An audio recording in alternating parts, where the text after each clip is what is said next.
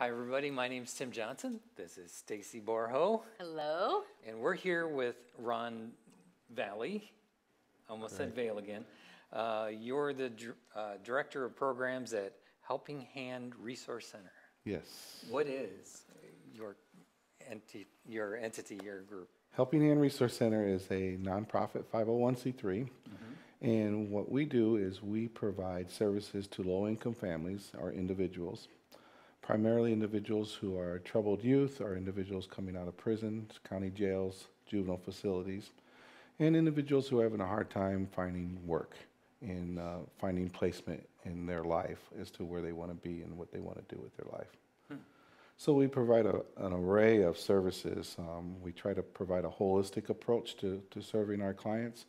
So we deal with all aspects of social services as well as job placement, job training, and housing and education. So it's quite a bit. Yeah.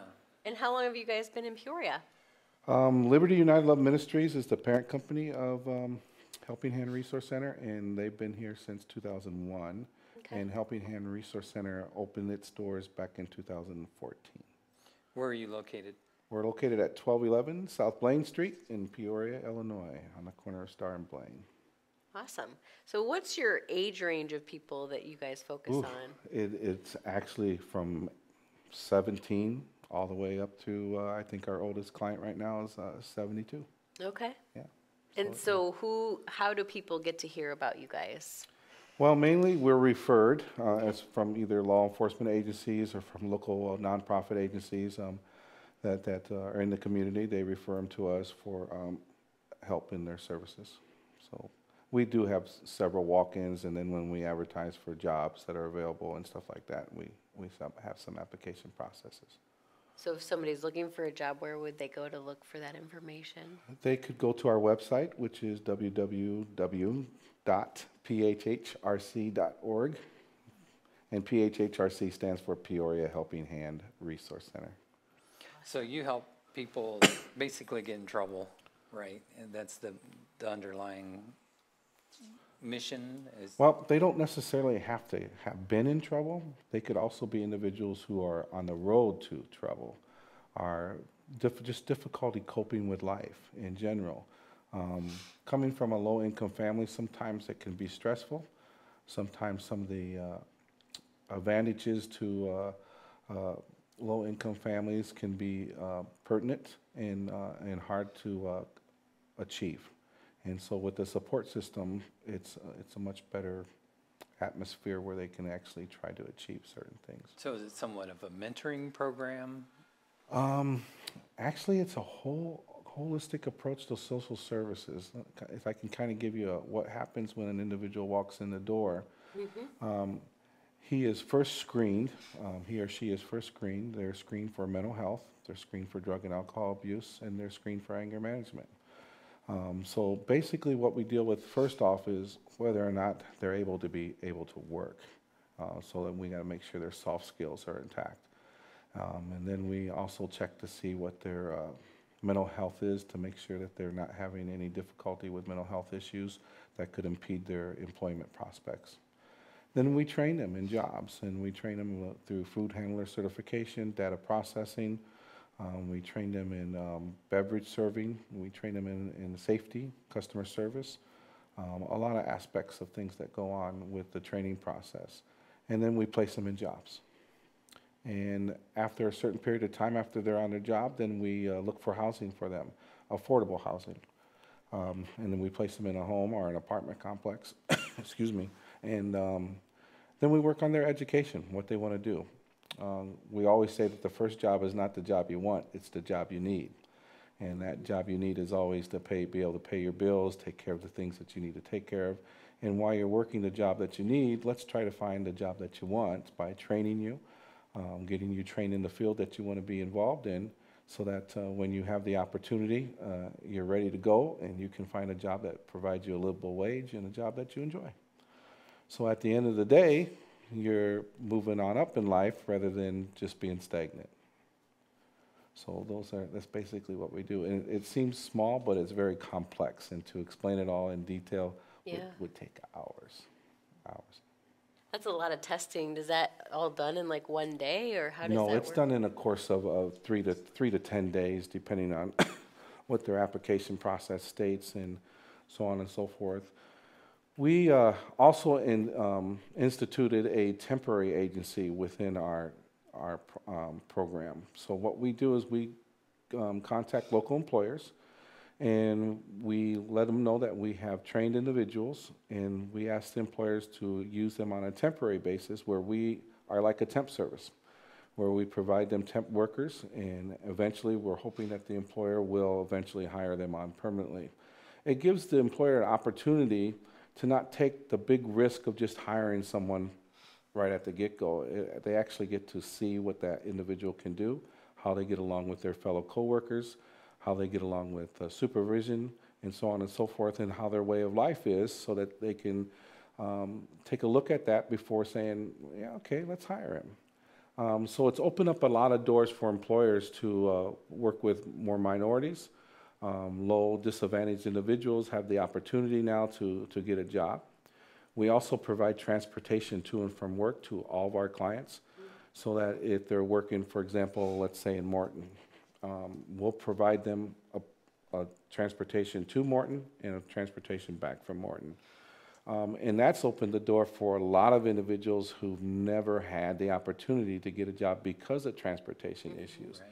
So in 61605 and 61604 and 03, we've employed over 280 individuals who've never been employed ever in their entire life due to transportation issues. So that's an increase in a volume of economic impact within the community, just placing individuals new into the work environment. So it's a pretty successful program. We have some pitfalls at times. For example, we don't have enough transportation vehicles because now we're transporting more and more individuals as days go by. But it's been working really well. So who is driving? Who's doing all this driving? Do you guys have buses or individual cars? I mean, that's a lot of people to get to and from work. We have 7 staff members, and sometimes work starts at 4:30 in the morning. Sure. And sometimes work don't get done till 5:30 at night or 6:30 at night or 2 o'clock in the morning. So we have staff members who work in shifts as far as transportation goes, where they'll either use their vehicle or our agency vehicles to pick people up at the center and take them to work. So Wow. yeah, and we need to hire more drivers, and of course we need more vehicles, and it's. Is that something that you maybe utilize volunteers for? We'd love to have volunteers, but there's not too many volunteers wanting to wake up at 3:30 in the morning to be able to start transport at 4:30. You never know. You don't. I mean, there are Yeah. people of all kinds that are used to that kind of schedule, so. It would be nice, but we tried to find volunteers for that early morning hours, and it's just not been one of them things that we've been able to conquer. Yeah. So most of our staff start work at 3 o'clock, and they get done around 2, and then another staff member will take over at 3 o'clock in the afternoon and do the evening pickups and so on and so forth. So we like to hear the backstory. How'd you get started in all of this? Well, I'm a native of the Quad Cities, and I'm born and raised in Davenport, Iowa. I come from a family of 19, 10 brothers, 8 sisters, and my That's parents. all? That's it. That's it.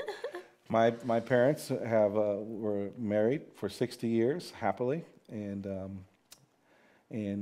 I went to college at Mary Crest College in Davenport, and got my business administration degree, and worked for a local newspaper in Davenport. And I've always had the idea of wanting to be involved with the community, wanting to help individuals achieve their goals. And so I had an opportunity to meet the director, and came up here, and for 4 years I've been helping create the program and making it as successful as we possibly can with the means that we have. So, That's so awesome. what kind of triggered the desire to be a community difference maker for you? I think for me it is, I think sometimes the uneducation that we as a typical American has within us, that has very little knowledge of what it's like to live in poverty. I think it's the knowledge that we lack of understanding that if, as a community, if we support one another, we become a stronger community. It takes a village is one of the phrases that is a truism. I'd like to stay away from government and state involvement. I think if we as a city, for example, Peoria, our community, can't handle their own problems, then we have some problems. Because I think we have some very talented individuals in our community. I think we have some very giving and very supportive individuals in our community. So I think we have the power to make our community strong, viral, and ready to go with any issues that hit our doorstep. We just have to unite. I think that's what it is. And that's what motivates me. I like to motivate individuals. I like to motivate the community to get involved and to understand that not everyone lives in comfort, you know, but not everyone wants to live in comfort either. There are some people who really want to make a change in their life, and then there are some people who don't. Mm-hmm. And my theory has always been, and I think sometimes people disagree with me, is that I want to be there for the people who want to change. I can't be there for the people who don't want to change. It's a waste of energy, it's a waste of time. Because for an individual to make a change, they have to want that desire. I can't force that desire on them. I can't give them something for a miracle cure to make them change. It has to come from the heart, it has to come from the desire to want to change. And as a community, we need to focus on individuals who want to make a change rather than making it a widespread blanket approach.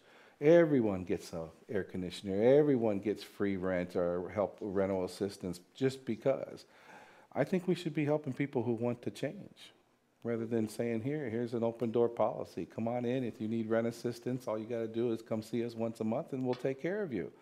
I just don't believe in that. I believe in helping individuals who want to make a pertinent change in their life, who want to be a part of a community, who want to be involved in the workforce, who want to say, I am woman or I am man, and let me be who I want to be, rather than give me this and let me be happy with that.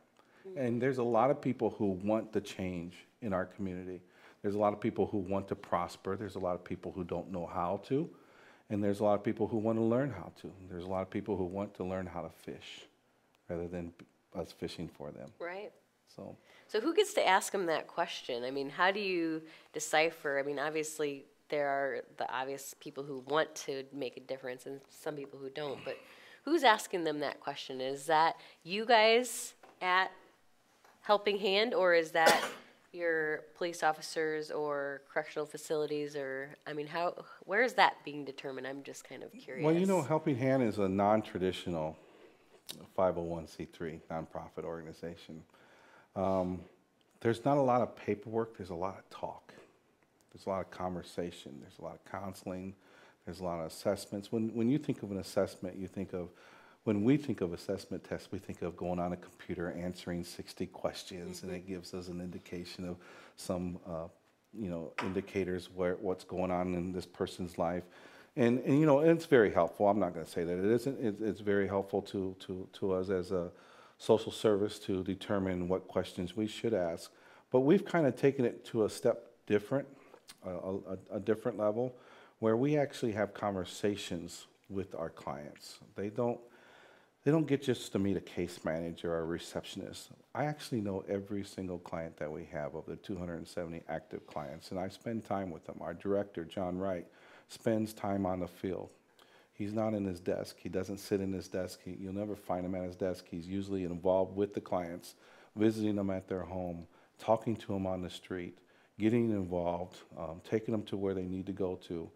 I think when it comes to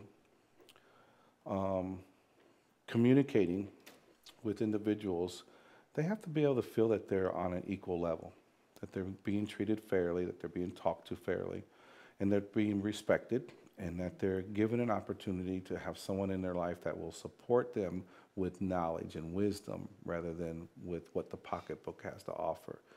So I think we're kind of non-traditional in that sense, where we are more in the field than sitting in our offices and working on our computers and so on and so forth. So I think that's one of the biggest assets that we have.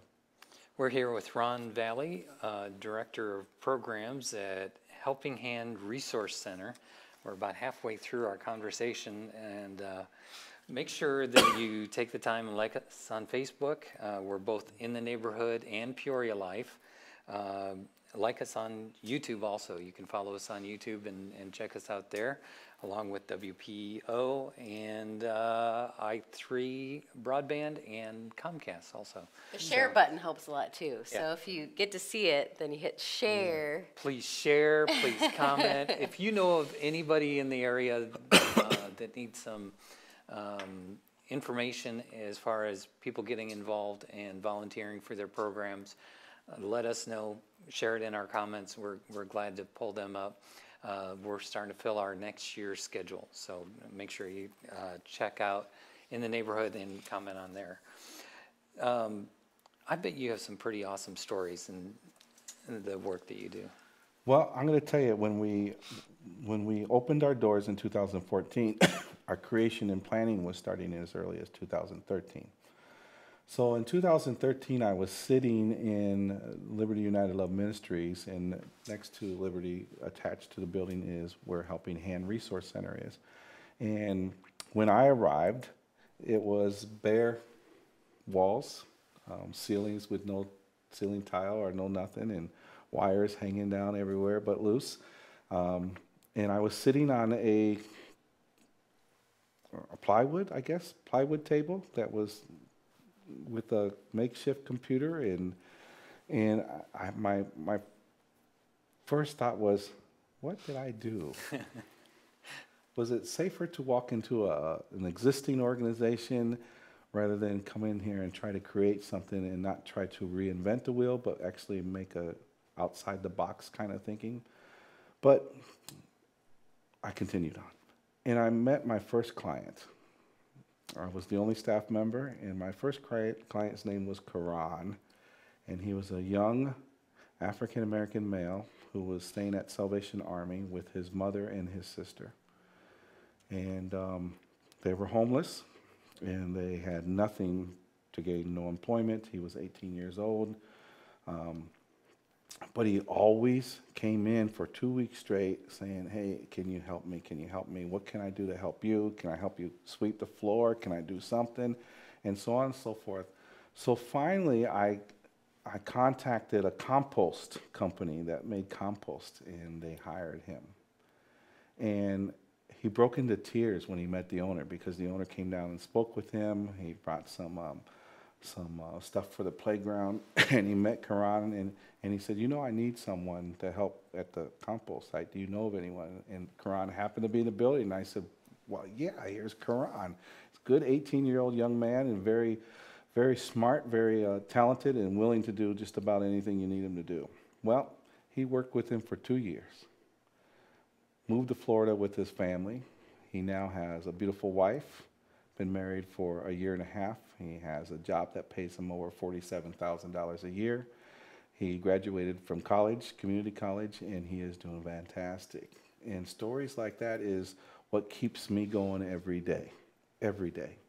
And that is the one pivotal moment in my life that keeps me hanging on, because I remember that beginning, and that beginning is such a victory over what we tend to say,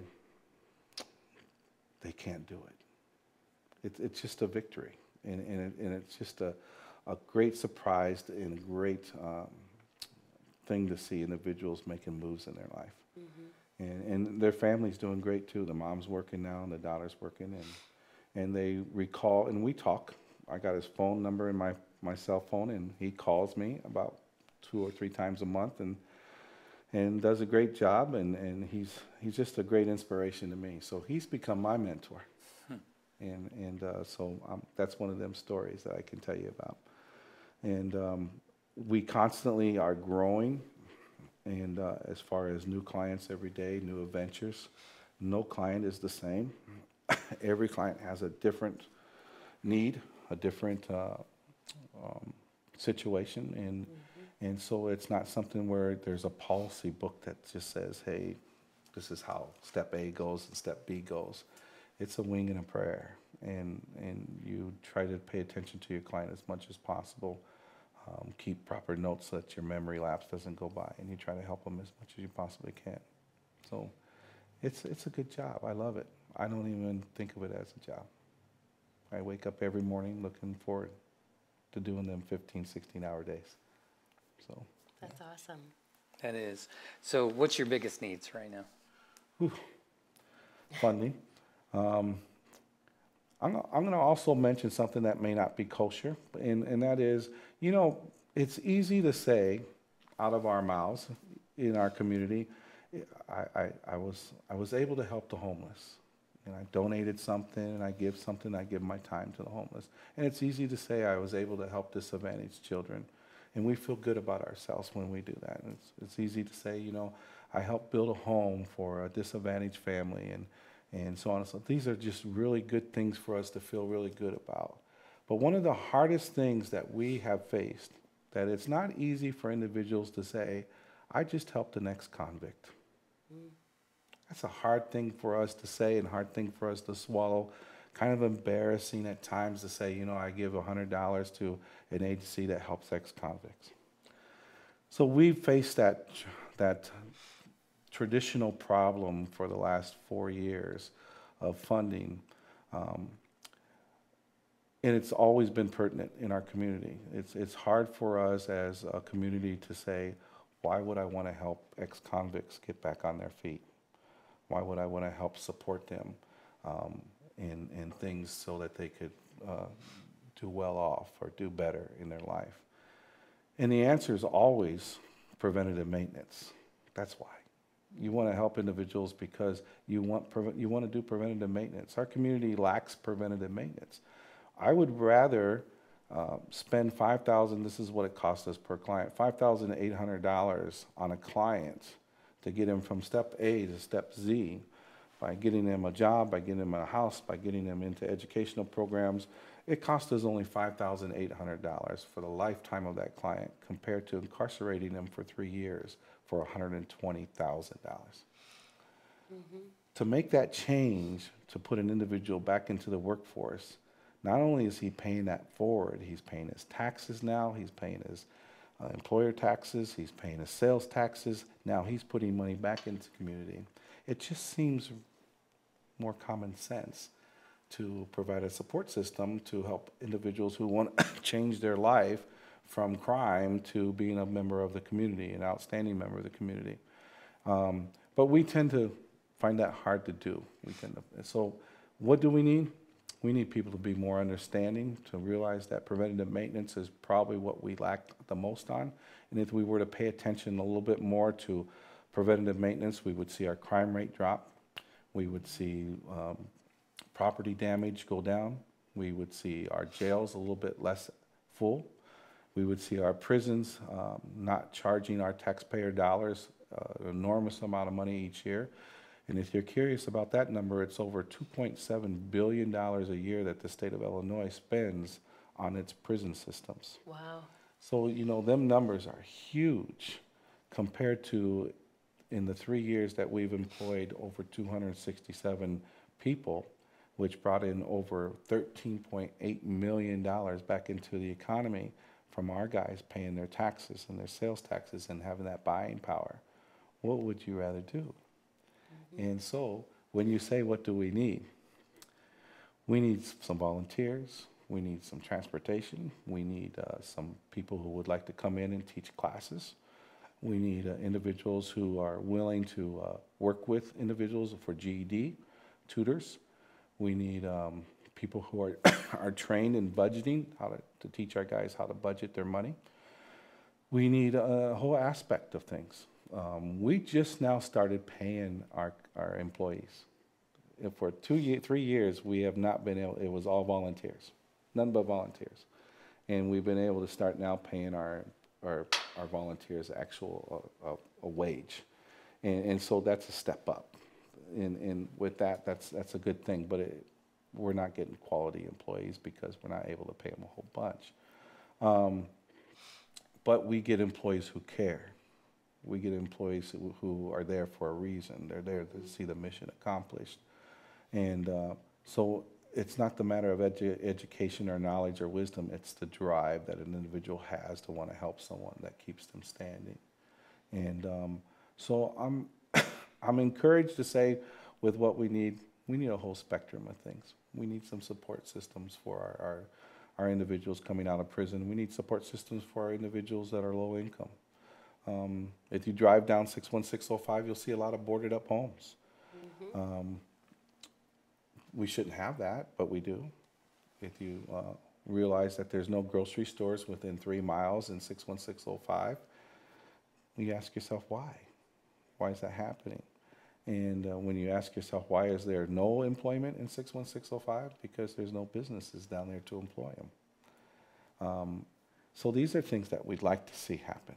More businesses come in our community, more job opportunities and more training opportunities for individuals to be trained in jobs. We like to see more people being able to help in their social services area. We do a lot of teaching as far as conflict resolution goes, and so there's a lot of things that we do that we could use some help on. So if somebody wanted to volunteer and help you guys out, what would they do next? They could come in and talk to us. That Okay. would be the first step. Come in and talk to us. Let us know what their available times are, Okay. what their experience is, what their knowledge is, what they would love to share of their wisdom and knowledge, and how we can use that wisdom and knowledge that they possess towards our clients and how it could benefit. Even just to be a mentor for an hour a week to a client is so beneficial. We have individuals like Sid Ruckriegel, which is the council member at large, who comes in and visits our center on a regular basis and mentors individuals. We have Chuck Weaver, who is our state senator, who comes in and mentors individuals. That spends, not a whole bunch of time, but some time with individuals, talking about what they want to achieve, see if they can help them reach them goals by getting them in contact and helping them with networking. So there's a lot of good people that come in and help out, and they don't spend a lot of time, but they spend the quality time. So we could use business owners, we could use people from just pastors, we could use people who graduated from high school and how difficult it was to share those experiences with individuals. So we could use a wide spectrum of individuals. We have just about a minute left. What is the best way to reach you? Website, email? They could reach us at our phone number, which is 309-981-5811. They could reach us through our website, which is www.phhrc.org, or they can reach us through Facebook. We also have a Facebook page called Helping Hand Resource Center, and they could like us and share with us and leave us some messages, and so on and so forth. And it's Helping Hand with a single hand, Helping right? Hand, yes. Helping Hand, awesome. Yes. We're here again with Ron Valley, Director of Programs at Helping Hand Resource Center. Appreciate your time. Oh, Thank I you loved it. so much for coming in. Thank you very much. I Thank appreciate you. it. It's nice meeting you guys. PeoriaLife.com